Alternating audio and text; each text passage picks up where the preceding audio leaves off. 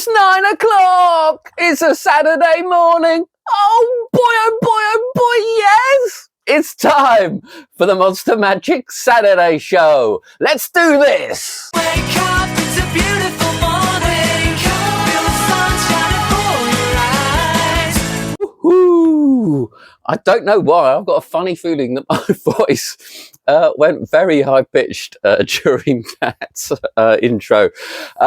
Gosh, can you believe it? Yes, it is just 56 sleeps until Blackpool. No, it is very, very nearly Christmas. There's a lot of questions about postage times and people getting stuff. A lot of people are choosing special next day delivery already. I think, according to my post office, and fingers crossed they're correct, you can actually still buy stuff on Monday, choose special next day, and it should still get to you on Tuesday in time for Christmas. But come on, what are you going to be buying that special loved one? That's yourself. For Christmas, here are some ideas.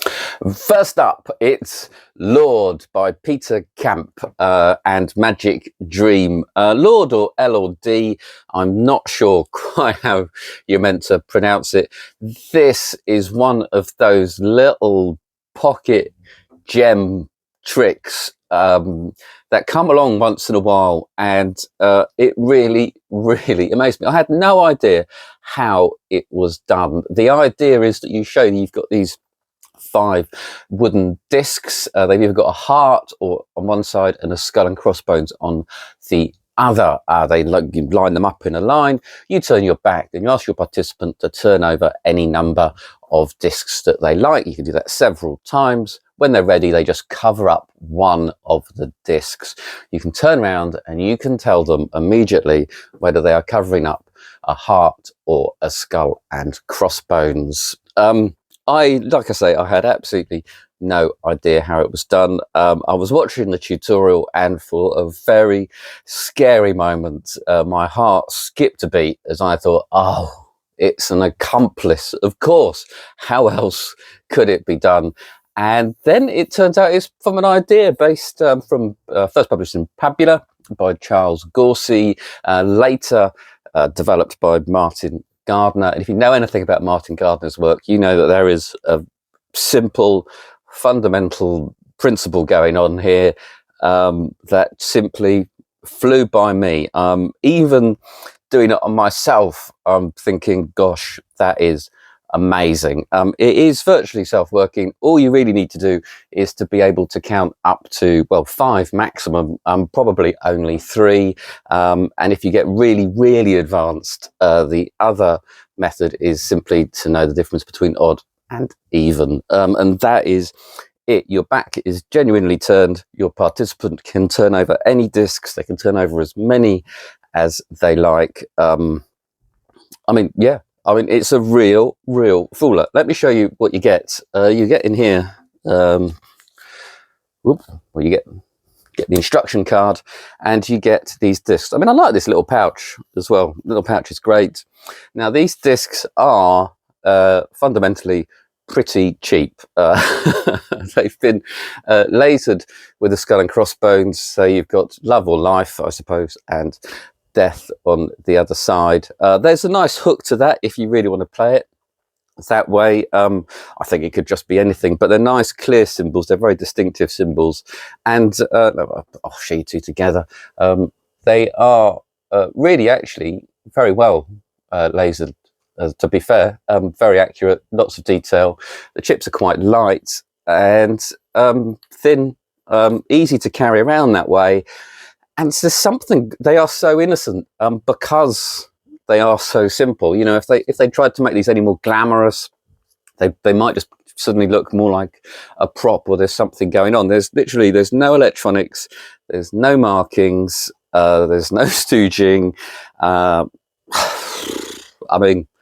It is a great use of a very, very simple principle. All you have to do is to make sure your participant doesn't cheat, and actually they cover that a little bit on the tutorial, just by getting someone else there to go, just make sure he does what he says he does, plays the game fair, and that's it really, you can ask them to turn over 3 chips, ask them to turn over 2 chips. They can decide how many chips they turn over. They can do all of that as many times as they like. And it is that freedom of choice that makes it so fooling, and so you get a real connection with your participant when they're going, I can literally do anything I want, and they do it. And then you can turn around and you can immediately name whether it's a heart or a skull.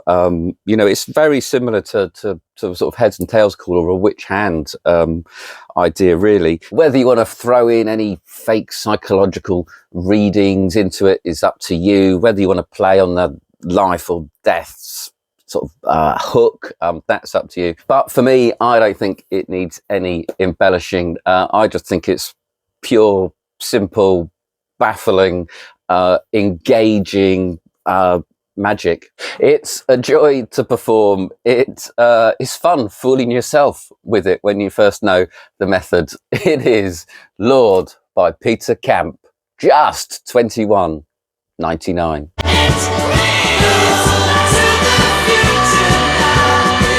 Next up, it's the Lucky Key close-up version by DiFatta. Now, I was one of the first tricks I probably ever bought back from International Magic. It used to be called the Crook Lock, and it was a big sheet of perspex and a nice big heavy padlock. And I've still been using that, even when I was doing stage shows, still been using that version of this trick. The idea is that inside this little plastic clip you have some money or something of worth, and there's a padlock on the end, and you show that you've got 8 keys. The 8 keys get mixed up. Your participants can each choose a key. They can each try it in the padlock, and none of them will open it until you get to the final key, and that is the one that will open the padlock. Before I show you what's in here, let me just emphasize how fair this is. They get to choose any of the keys, and they get to try all of the keys in the padlock. They can even use the one that's left to unlock it. It is as clean as can be, and it is also incredibly easy as to be virtually self-working. Let me show you what you get. So it's a lovely little box.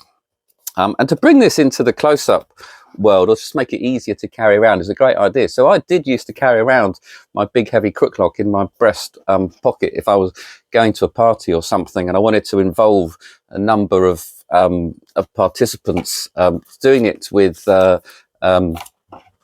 keys and hanging it around. It was great. It plays so big or so small, it's up to you. So perfect for a table of 6 people, of 8 people. This is just amazing. And the hook of money or something valuable, being able to win it. So I just used to have a £20 note. Used to be folded up to be in here, but it usually be bigger. And that is a lovely, lovely hook, and a lot of fun to play with. So that's the padlock. So it's a little dinky padlock. It's not too heavy. That is the size. You can fit a credit card in here. You can fit any banknote in here. You can even fit a billet or a prediction. And they do run through a nice little prediction idea at the end of this, where you can say that the person who'll be opening the padlock will be wearing, you know, a green jacket or whatever. So it's almost like you've divined who will pick the final key. Or the key that works. So that's a really, really nice idea. You can also perhaps have a personal secret in here that you can unlock. But for me, the money is the big hook. They play it that you can actually borrow someone's money and put it in there, and they eventually win their money back. That's a lot of fun for me. So what they try to get around is the idea that the last key that's left in the glass will obviously open the padlock. For me, that was how I used to play it. So I used to pretend that I wasn't going to show that the last key opened it.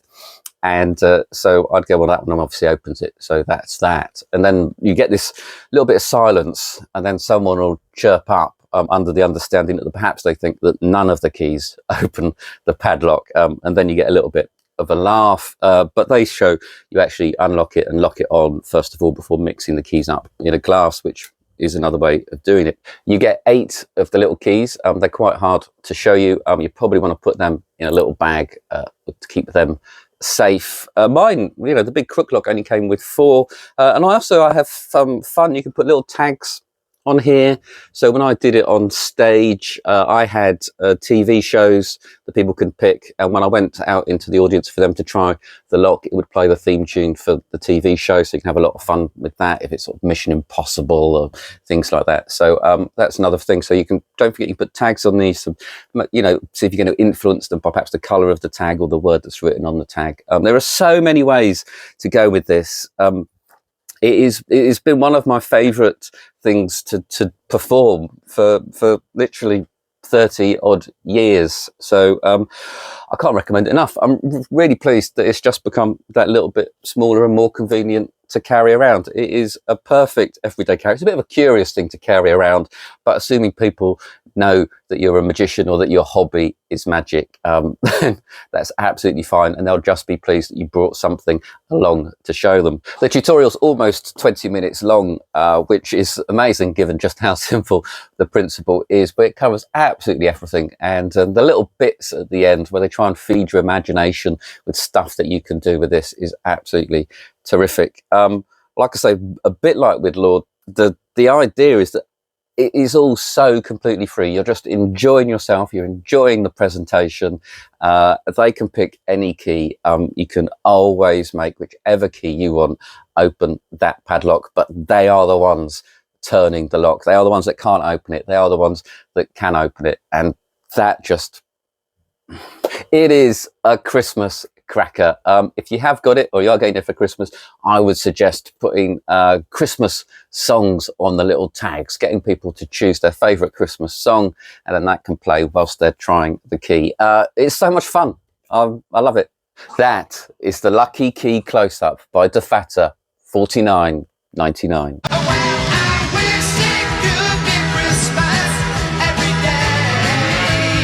And now we've got the big one of the week. It is Tornado Bottle by Hsing and Red Tsai. Wow. I mean, gosh, this has been going out much faster than I anticipated. I'm absolutely thrilled. The effect is a brilliant take on the old coin in bottle or cap in bottle. You show that you've got a Budweiser bottle and the cap from the bottle, and you do a little bar bet as to how you get the cap into the bottle. You cheat and you actually bend the cap and you drop that into the bottle, tip it back out, and then you go, but the hard way is to do it through the base of the bottle. You then tip that out. You then do something completely extraordinary, which is give the bottle a twist. You can then take off the label, show that the bottle is twisted, and that can be handed out for examination. It can even be given away as a souvenir. This is just bonkers. I was worried about a lot of things about getting this in. The effect is lovely. The hook of a bar bet is brilliant. The cap into the bottle phase of the routine is really, really strong. It's beautiful in itself. To have the kicker of twisting the bottle is just mind-blowing. And everything I was worried about, there was nothing to worry about. I suppose the big one is angle-wise. You can turn that bottle all the way around. And that, for me, makes this just wonderful. And then there's just the production value of it. Red Tsai and Aaron have done an amazing job here. The box is terrific. The packaging, the style of it packaging, it's going to be hard for me to show it to you without... So here it comes like this. Under here, you have your spare labels.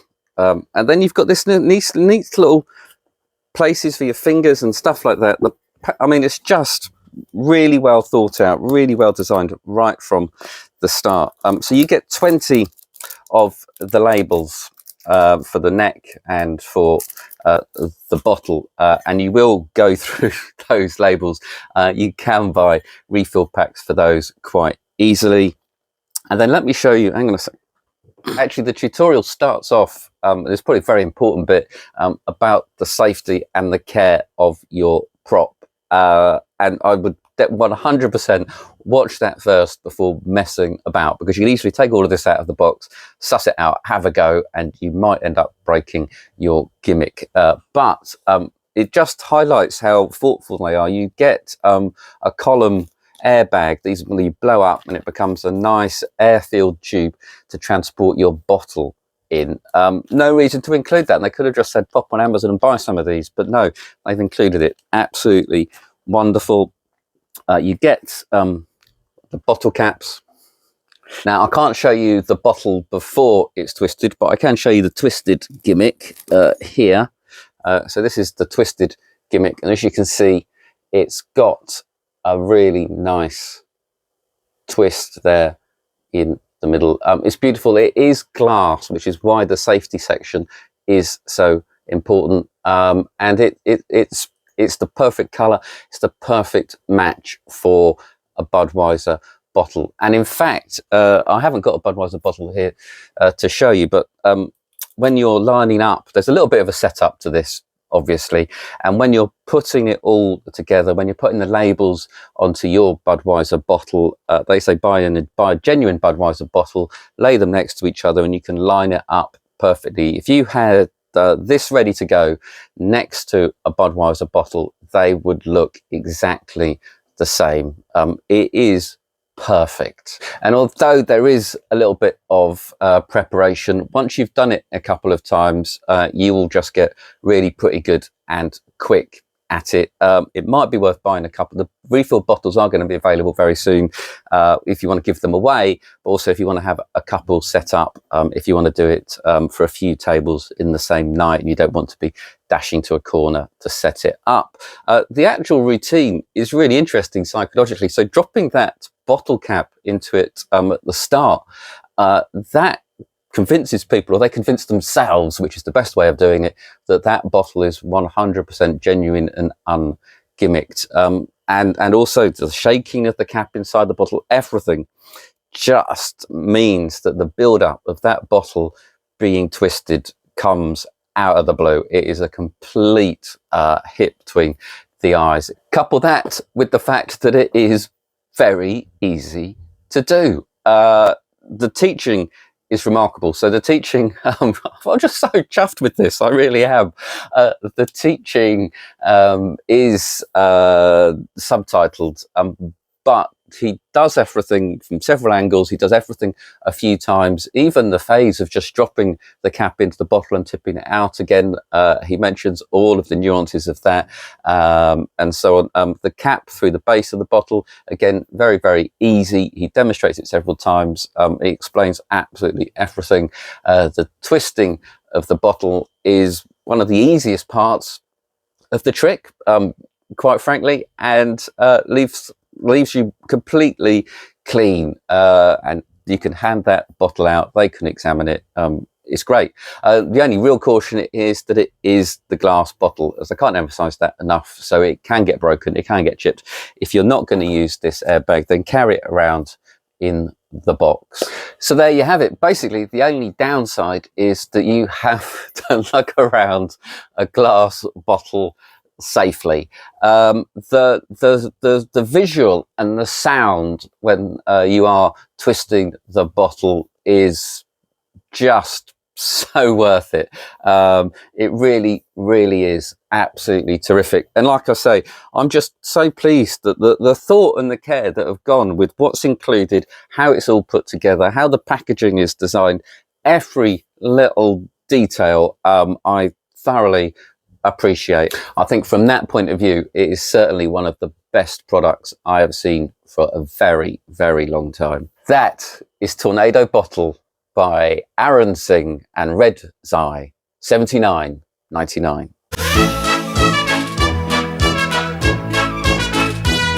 And finally, it's The Gifted Pen by Joshua Kaufmann.